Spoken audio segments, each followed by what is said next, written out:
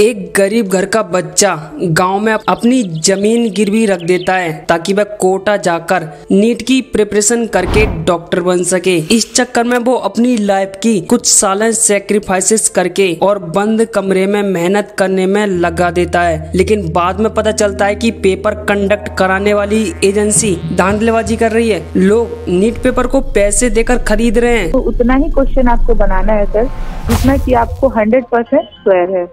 जिस भी क्वेश्चन में सर डाउट है या कंफ्यूजन है उसको टच नहीं करना है आपको, यानी कि निगेटिव मार्क को नहीं बनाना है। और जो बाकी समय में बैठे भी नहीं रहना है सर, फिजिक्स या केमिस्ट्री का रफ करते रहना है, ठीक है सर। इसके बाद सर आप जब फॉर्मा सीट फुलफिल हो जाएगा सर, आप जब जमा करते हैं सर, इसके भी जब वो फील्ड होने जाती है सर तो उस बीच में लगभग 1 घंटे का समय रहता है सर। बिहार में एक लड़का था आयुष, उसने पुलिस को बताया कि पेपर लीक हो चुका है। 5 मई जिस दिन नीट का पेपर होना था उसे ठीक एक दिन पहले यानी 4 जून को आयुष को पूरा नीट का पेपर मिल जाता है। और पेपर वैसा ही था जो उसे एग्जाम सेंटर में देखने को मिला था। और वह अकेला नहीं था जिसे पेपर मिला हो, बल्कि उसके साथ 25 और लोग भी थे जिन्हें पेपर में आने वाले क्वेश्चनों के आंसर रटवा दिए गए थे। और इन लोगों से 30 से 50 लाख रुपए लिए गए थे ये सब कांड के। जब ये बात एनटीए को पता चली तो एनटीए ने ये सीरियसली नहीं ली और इससे बेसलेस कहकर टाल दिया। आप सोच रहे होंगे एनटीए क्या है? एनटीए एक गवर्नमेंट एजेंसी है जो कि मिनिस्ट्री ऑफ एजुकेशन के अंडर आती है, जिसका फुल फॉर्म है national test agency. But now days लोग इसे नॉन ट्रस्टेबल एजेंसी,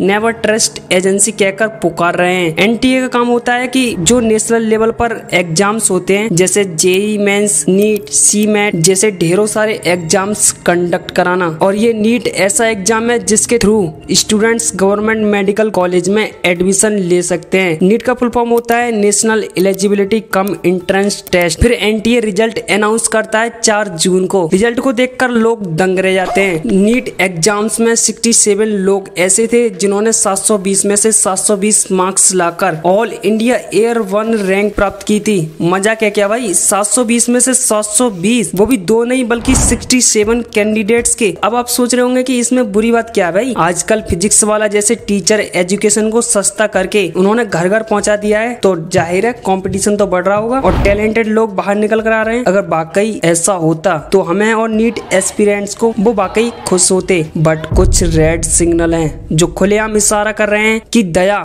कुछ न कुछ तो गड़बड़ जरूर है। क्योंकि पिछले साल 2023 में 2 लोगों ने 720 में से 720 मार्क्स प्राप्त किए थे और 2022 में 4 टॉपर थे जिन्होंने 715 मार्क्स प्राप्त किए थे। बट अब 2024 में ऐसा क्या घोर के पिला दिया गया भाई कि 67 बच्चों को 720 में से 720 मार्क्स आ गए। चलो एक बार को मान लेते हैं कि वो मेहनत करके 720 में से 720 मार्क्स ले आए। बट ये कैसे हजम करें कि 7 कैंडिडेट्स 720 में से 720 नंबर लाए हैं, वो भी एक ही एरिया से जिनका स्टेट तो सेम था ही बट उनके एग्जाम सेंटर भी सेम थे। हाँ, ये कोइंसिडेंस नहीं हो सकता। ये सब नीट एस्पिरेंट तो झेल ही रहे थे, बट फिर लोगों को पता चलता है कई सारे कैंडिडेट्स को फेक ग्रेस मार्क्स मिले हैं। ग्रेस मार्क्स का मतलब है कि सेंटर या पेपर में किसी गलती की वजह से कैंडिडेट्स को उसके बेस पर एक्स्ट्रा मार्क्स देना। देखो, कैंडिडेट्स के मार्क्स या तो 720, 716 या 715 आ सकते हैं अकॉर्डिंग टू रूल्स। बट पता चला कि कुछ बच्चों के 718 और 717 मार्क्स आए हैं। इसका क्या मतलब भाई? देखो, नीट में 180 क्वेश्चन आते हैं और प्रत्येक क्वेश्चन जो है वो 4 नंबर का होता है। लेकिन नीट में नेगेटिव मार्किंग भी होती है, यानी अगर आप एक क्वेश्चन गलत टिक करोगे तो जो क्वेश्चन 4 नंबर का है वो 4 और 1 यानी 5 नंबर आपके काट लिए जाएंगे। इसे आप इस एग्जाम्पल के थ्रू आप अच्छे से समझ सकते हो। मान लो आपने नीट एग्जाम में 180 में से 180 क्वेश्चन सही कर दिए, तब आपको प्रत्येक क्वेश्चन के 4 नंबर के हिसाब से 720 मार्क्स प्राप्त होंगे। लेकिन वहीं आपने एक क्वेश्चन का आंसर पता नहीं होने की वजह से आपने केवल 179 क्वेश्चन ही सही चूज किए, तब आपके 4 नंबर कट जाएंगे और आपके मार्क्स प्राप्त होंगे 716। और वहीं आपने 180 क्वेश्चन में से 180 क्वेश्चन अटेम्प्ट किए, लेकिन आपका गलती से एक क्वेश्चन गलत हो जाता है, तो आपको उस एक गलत क्वेश्चन के 4 नंबर तो कटेंगे ही, साथ में ही नेगेटिव मार्किंग के हिसाब से 1 नंबर और काट लिया जाएगा, यानी 5 नंबर कट के अब आपको टोटल मार्क्स मिलेंगे 715। मैं आपको ये सब इसलिए बता रहा हूँ ताकि आपको ग्रेस वाला सिस्टम समझ में आ सके। देखो सिंपली कहा जाए तो मार्किंग के बेस पर या तो आपके 720 में से 720 आ सकते हैं या फिर 716। अगर आपने एक क्वेश्चन छोड़ दिया हो तो, आपने एक क्वेश्चन गलत कर दिया हो तो तब 715 मार्क्स आ सकते हैं आपके। बट इन दो बच्चों के 718 और 719 मार्क्स कैसे आ सकते हैं? वेल एनटीए यानी नेशनल टेस्टिंग एजेंसी जो कि ये एग्जाम कंडक्ट कराती है, उसका कहना है कि कुछ बच्चों को ग्रेस के बेसिस पर कुछ नंबर्स बढ़ाकर दे दिए गए हैं। दरअसल ग्रेस का मतलब होता है कि जिन बच्चों का टाइम एग्जाम सेंटर पर किसी न किसी वजह से वेस्ट हो गया था, जैसे पेपर गलत आ जाना, OMR सीट फटी हुई आ जाना, तो उस बेस पर एनटीए ने कैंडिडेट्स को एक्स्ट्रा मार्क्स दिए गए हैं। क्लियरली समझ में आ रहा है और उनको जवाब भी मिला है that close to about 70 to 80 marks have been awarded in grace marks randomly to at least 1500 students। तो ऊपर भी देखना चाहिए क्योंकि उन्होंने ये चीज़ बिना किसी की परमिशन के अपने आप ग्रेस नंबर का कॉन्सेप्ट लेवल ला दिया। क्या पास में भी ऐसी चीज़ उन्होंने कभी की है जो कभी कोर्ट तक नहीं पहुंची?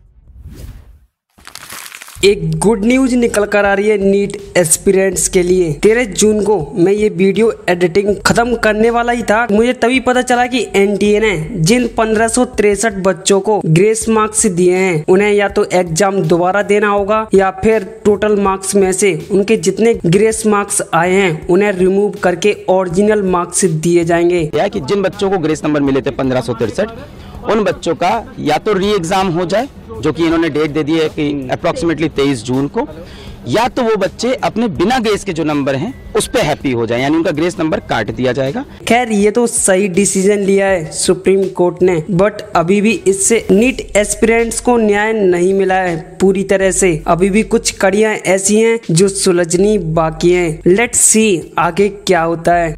खैर इस बार कुछ ना कुछ तो गड़बड़ हुआ है इस बार नीट के पेपर में। For example